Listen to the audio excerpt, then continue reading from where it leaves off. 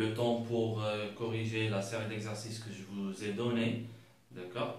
Alors, vous pouvez même télécharger dans la boîte de description. Alors, cette série d'exercices porte sur les mouvements donc, tridimensionnels et aussi les mouvements plans, c'est-à-dire le mouvement du projectile dans un champ de pesanteur uniforme. D'accord? Alors, on va commencer. Alors, le premier exercice numéro 1, donc, porte sur le mouvement de Titane. Donc, Titane, il est considéré comme un satellite de Saturne. Donc Saturne, la planète Saturne, d'accord? Alors de masse petit m. Donc Titane, on va considérer que donc, sa masse elle est petit m, par exemple. D'accord? Donc il gravite autour de Saturne. D'accord? Étudié dans un repère considéré comme galiléen, donc repère galiléen, ayant son centre, le centre de Saturne. D'accord? Donc c'est-à-dire on va considérer qu'il existe un repère, c'est-à-dire on va imaginer qu'il existe un repère géocentrique, donc il est galiléen, c'est-à-dire il a un mouvement rectiligne uniforme, et que ce Titane, c'est-à-dire la satellite, il gravite autour, donc dans un mouvement, il est considéré circulaire. D'accord? Donc Titane et Saturne, ils ont une répartition asymétrique sphérique. Titane se déplace sur une orbite circulaire à la distance petit r du centre de Saturne, c'est-à-dire le centre de Saturne jusqu'au Titane, vous avez la distance petit r. D'accord? Alors la première question, on vous donne, donc la première question c'est schématique, on vous demande de faire un schéma de l'orbite de Titane et représenter la force qui s'exerce sur Titane, c'est-à-dire, donc c'est ça le schéma, donc il fallait lui ajouter seulement donc, la force exercée par la planète Saturne sur Titane. Donc c'est une force centripète, d'accord? On va noter par exemple petit f, c'est-à-dire f de Saturne sur Titane, donc si vous voulez f s sur t, d'accord? Alors ça c'est la première question, et voilà. Donc deuxième question, on vous demande de montrer que le mouvement de Titane est uniforme. Donc mouvement uniforme, ça veut dire qu'il fallait déterminer la vitesse. Donc il fallait trouver que la vitesse elle est constante. Donc pour faire ça, qu'est-ce qu'on va voir? On va voir donc deuxième loi de Newton. Donc en appliquant la deuxième loi de Newton, qu'est-ce qu'on va y avoir? Eh bien on aura donc somme des forces. Donc la seule force c'est Fs sur T qui est égal, donc si on va voir un vecteur unitaire ici par exemple un U, d'accord, ça c'est le vecteur unitaire U, donc F et U ils ont deux sens opposés, c'est-à-dire vous avez moins, si vous voulez, la norme de Fs sur T suivant U, et la force elle est donnée par la force de gravitation, c'est-à-dire moins G, la masse de Titane fois la masse de la planète Saturne divisé par R au carré suivant U. Alors, cette force est égale à quoi? Est égale à MA. Deuxième loi de Newton, MA est égal. Alors, et dans le repère, si vous voulez, dans le repère de Freinet, qu'est-ce qu'on va y avoir? Donc, l'accélération A, elle se décompose suivant deux accélérations, c'est-à-dire V carré sur R, R le rayon de courbure. Alors, ça, c'est suivant la normale. D'accord? Suivant la normale. Plus un M, D de V sur dt, suivant la tangentielle, si vous voulez, est égal à tout ça à moins Gm ms sur r au carré suivant u. Et je vous rappelle que u et la normale, ils ont une direction, donc ça, c'est ça la normale. Donc c'est-à-dire qu'on a n toujours est égal à moins u. Donc ici, qu'est-ce qu'on tire? Bon, on tire deux relations plus 0 suivant taux. Donc on peut tirer deux relations. Donc la première, c'est que m d de v sur dt qui est égal à un 0 suivant taux en norme. Donc ceci est la deuxième équation. Donc vous avez mv carré sur petit r est égal, donc nu, c'est-à-dire n je la remplace par moins u ici. D'accord? Ce qu'on va y avoir, on va donc le signe moins ça s'en va, parce que moins u on a dit est égal à n. Donc, on va y avoir G petit m, ms divisé par r au carré. Donc ces deux relations, donc à partir de la première équation, donc ça on va noter 1 et ça c'est 2. D'accord? Alors à partir de 1, à partir de la première équation, on a d de v sur dt est égal 0, ce qui veut dire que v automatiquement est égal à une constante, parce que la dérivée d'une constante, ça vaut 0. Donc le mouvement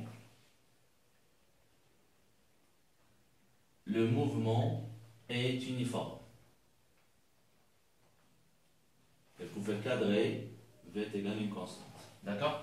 Alors, question suivante, établir l'expression littéraire de sa vitesse v, de sa période en fonction de gr, petit r et ms, ms étant la masse de la planète Saturne. Alors, à partir de la deuxième équation, donc troisièmement, donc à partir de 2, donc qu'est-ce qu'on a? Donc on a mv carré sur petit r est égal à, voilà, est égal à g petit m ms sur r au carré. Donc du coup, on peut simplifier par m sur r. On a m sur r ici.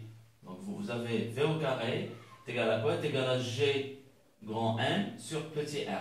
C'est-à-dire que la vitesse, l'expression de la vitesse est égale à racine de g ms sur petit r. Voilà. Donc c'est ça la vitesse. Voilà. Donc, et aussi, donc, ils ont demandé aussi la période t. Donc la période est reliée à la vitesse. Et donc t est égal à quoi? Est égal à, donc voilà, 2pi fois la vitesse divisé par, si vous voulez, petit r. C'est-à-dire un v sur r fois 2pi nous donne, d'accord, parce que r, v, vous avez la vitesse v est égale à quoi? Est égal à 2pi r sur t. Ce qui donne que t est égal à 2pi, donc t est égal à 2pi r sur v. Voilà, 2pi r sur v par v sur r. D'accord? 2pi r sur v. Donc ce qui donne, alors 2pi r sur v. V est égal à quoi? Est égal à racine de g ms sur r. Donc on va faire entrer le r la racine. Donc qu'est-ce qu'on va y avoir? Donc 2pi, donc racine de quoi? Alors r, en entrant r, petit r dans la racine, ça va donner r au carré. Avec le r, ça va donner r à la puissance 3 sur g, voilà, ms. Donc c'est ça l'expression, d'accord, de la période t. Donc 2pi r3 sur g ms, la masse de Saturne. Voilà, c'est ça l'expression de la période t. D'accord? Alors, la dernière question dans cet exercice, il nous demande de faire l'application numérique à la masse, c'est-à-dire de calculer la masse Saturne. Donc, qu'est-ce qu'on va y avoir? Qu'est-ce qu'on devra faire ici? On va soulever au carré. Donc, quatrième question. Voilà. Quatrième question. Donc, en soulevant au carré, on aura t carré est égal à 4pi carré. Donc, la racine, ça s'en va. R3 sur G ms. Et puis, on en déduit. Donc, ms est égal à quoi? Est égal à 4pi carré. Donc, R3 divisé par G fois t carré. Donc, application numérique. Donc, ils ont donné les données. Donc, le petit r, le rayon de l'orbite de Titan, c'est-à-dire à partir du centre. Donc, c'est égal à 1,22 10 à la puissance 6. Donc, application numérique. Donc, ms. Donc, ils ont donné aussi G, la constante de gravitation, et la période de révolution qui vaut 1,38 10 à la puissance 6 secondes. Donc, au total, vous avez la masse ms égale à 1,31 fois 10 à la puissance 48 kg. D'accord? Donc, c'est ça la masse de Saturne. Donc, c'est volumineux, si vous voulez. Donc, c'est une masse très grande. D'accord? Voilà. Alors, exercice numéro 2 maintenant. On passe à l'exercice numéro 2.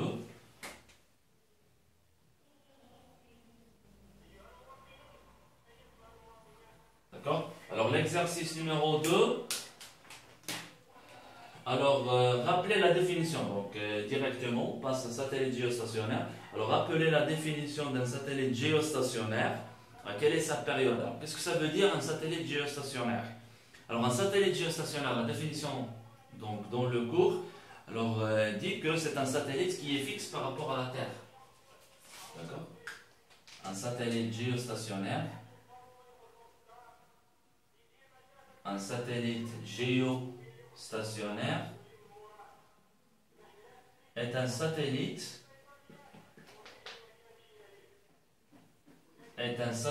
qui est,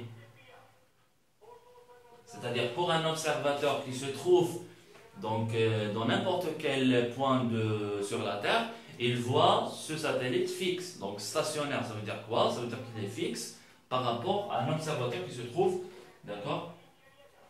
Voilà, un satellite, donc c'est un satellite qui est fixe par rapport à un observateur,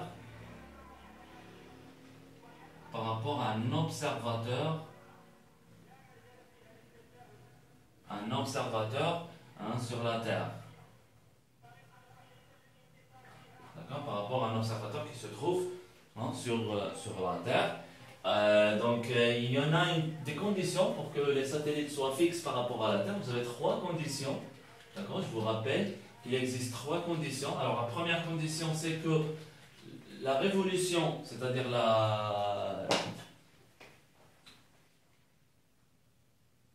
donc pour qu'un satellite, donc 3 conditions à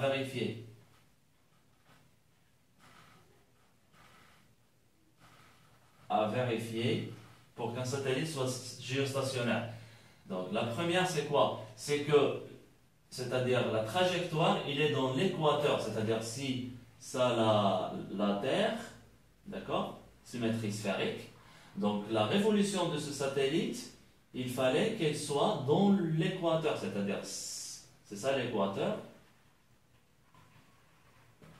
trajectoire, donc appartient à l'équateur, donc trajectoire appartient à l'équateur. D'accord? Ça, la première condition. La deuxième condition, c'est que la période de révolution est égale. Donc la période de révolution du satellite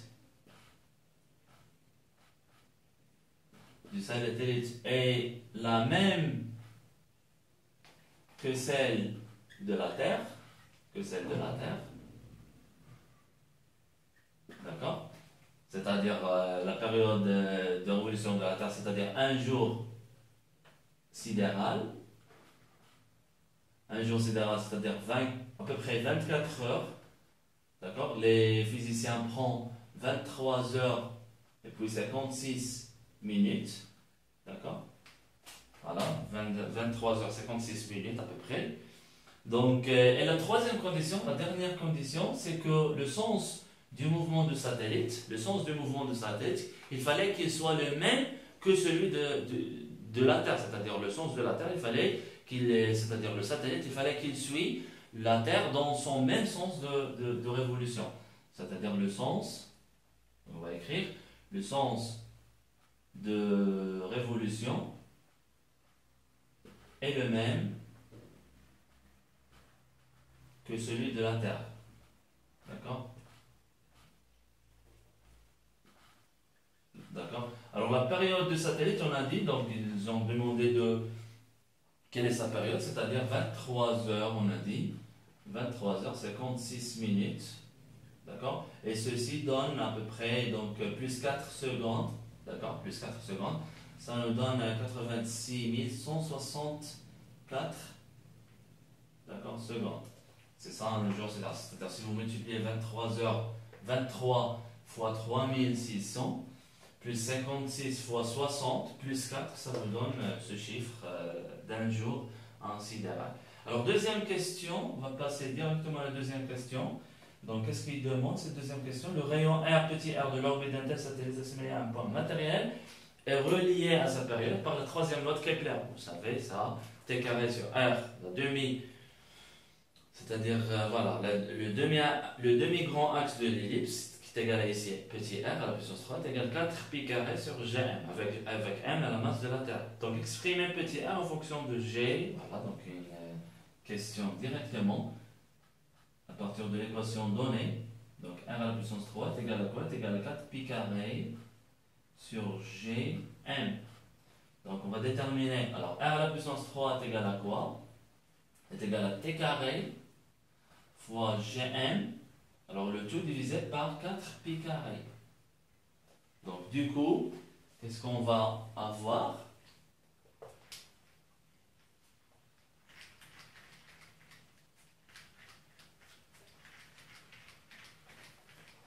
Du coup, on va y avoir, donc petit r est égal à quoi? Est égal à racine cubique cette fois-ci, donc c'est-à-dire t carré g fois la masse de la Terre sur 4 pi carré à la puissance 1 sur 3. D'accord? C'est ça le petit r. On déduire, donc procéder ensuite à l'application numérique. Donc l'application numérique, il fallait donc substituer, donc vous avez t carré, donc petit r est égal, donc t carré, c'est-à-dire 86 164 carré, multiplié par g 6,667 10 à puissance moins 11, fois la masse de la Terre, c'est-à-dire 5,80 fois 10 à puissance 24, le tout divisé par, on a dit 4 pi carré. Donc à la puissance, on a dit 1 sur 3. D'accord? Voilà, application numérique. On déduire l'altitude Z. Alors l'altitude Z du satellite, c'est-à-dire un schéma ici à recommander. Donc si on représente ici la Terre, alors vous avez le centre de la Terre, vous avez ici le rayon de la Terre qui vaut 6300 km, et puis vous avez une altitude Z, d'accord? Altitude Z, vous avez le satellite. D'accord? Ici vous avez le satellite. Alors la question c'est qu'est-ce que c'est que ce Z? C'est-à-dire il fallait bien déterminer Z, donc étant donné que cette distance est égale à R, donc c'est égal à Z plus RT. Donc pour en déduire Z, donc Z est égal à quoi? Est égal à petit r moins RT. Donc petit r moins RT, donc vous trouvez donc application numérique, c'est-à-dire le résultat de cette application numérique, moins, d'accord, moins, donc ils ont donné RT, voilà, donc 6,37 10 à la puissance 3 km. Donc on trouve que petit z est égal à peu près donc 36 800, donc 35 880 km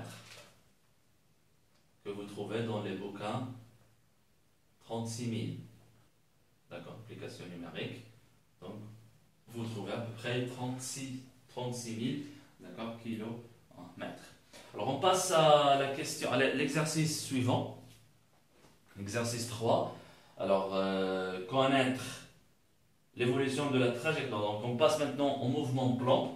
D'accord? Alors, l'exercice numéro 3, ça concerne à peu près les mouvements d'une particule, bien d'un projectile dans un champ de pesanteur uniforme. D'accord? Dans un champ de pesanteur uniforme. Alors, pour première question, on vous donne, donc on va vous lire des lancers. Alors, un solide est lancé vers le haut. Je vous donne aussi, je vous télécharge la série, on a dit que, donc je vous rappelle que la série est téléchargeable dans la boîte de description. D'accord? Alors, on vous donne, donc un solide est lancé depuis vers le haut, dans la direction faisant un angle de 45 degrés. C'est-à-dire, vous avez ici par exemple un point. On va lancer, donc un angle de 45 degrés, on va lancer une projectile vers la verticale, c'est-à-dire donc comme ça, vers la verticale, voilà, vers la verticale,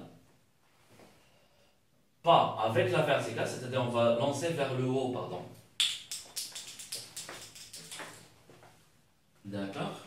Alors, les frottements dus à l'air, on considère que c'est négligeable. Alors, sélectionnez parmi les affirmations suivantes celles qui sont inexactes et les rectifier. Alors, première question, ou bien première affirmation, qu'est-ce qu'on vous demande? Le centre d'inertie G du solide repasse par sa position initiale. C'est-à-dire, si on va faire l'expérience, c'est-à-dire on va lancer la projectile comme ça, c'est-à-dire la projectile va faire cette trajectoire-là. C'est-à-dire elle va passer par un maximum, puis donc il va retomber donc vers suivant la force de pesanteur, suivant l'intensité de pesanteur vers la Terre. Alors la première affirmation vous donne que le centre d'inertie, c'est-à-dire du solide, repasse par sa position initiale. Eh bien c'est non. Donc c'est une affirmation fausse. Donc le centre, il ne va pas repasser, donc il va repasser avec une distance, si vous voulez, c'est-à-dire le point, le centre d'inertie G ne va pas repasser, c'est-à-dire lorsqu'on lance vers la verticale comme ça, ah oui, ce moment-là, donc solide, mais lorsqu'on lance avec un angle qui va faire 45 degrés, alors la projectile ne passe pas par la position, ne va pas repasser par la position initiale. Donc première affirmation, fausse. Donc 1, affirmation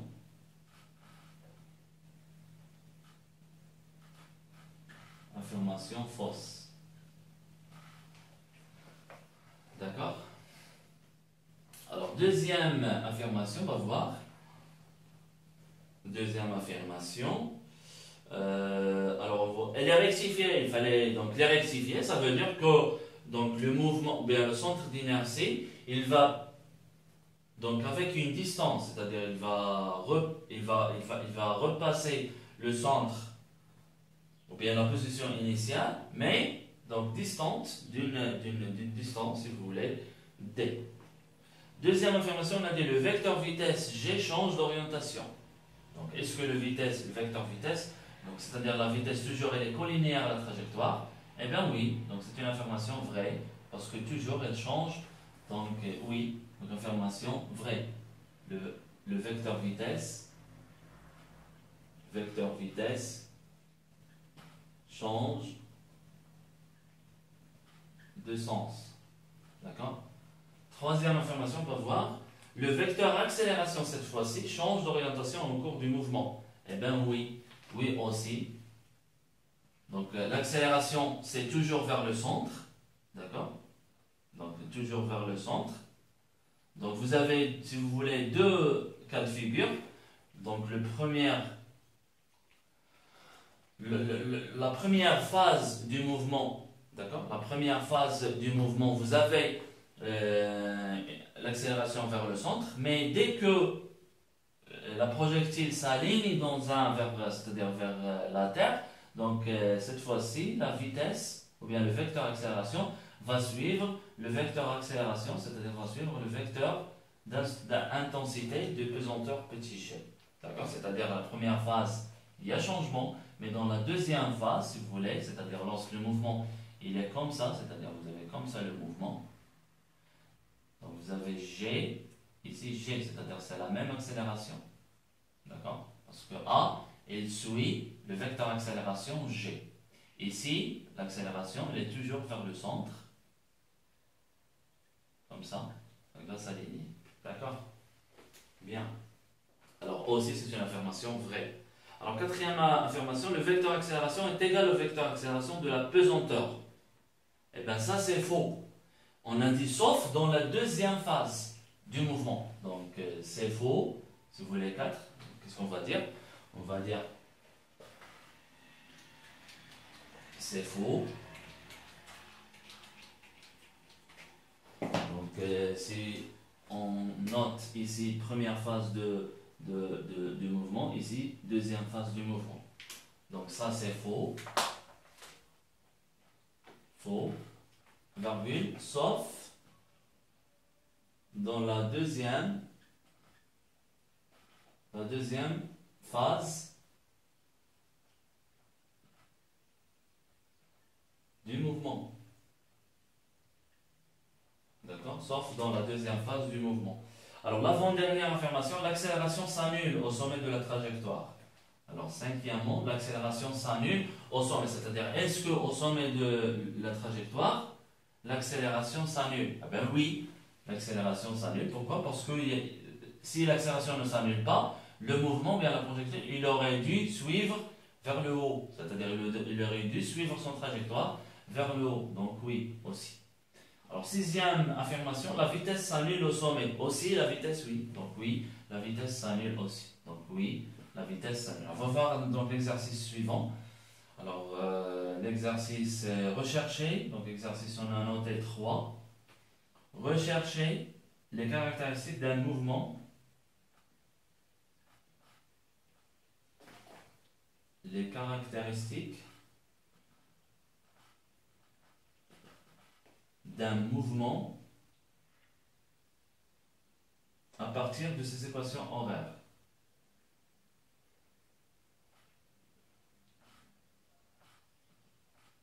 De ces équations, à partir de ces équations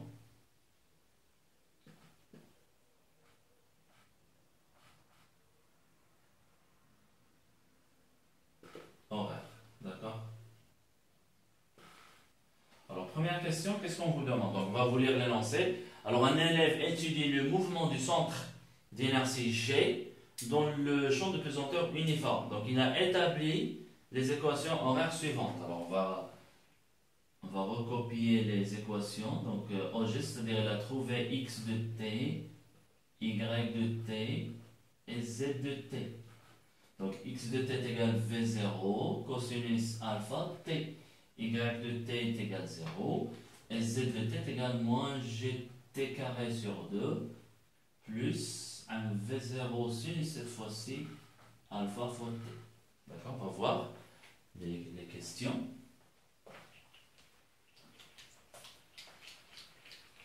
Alors, première question.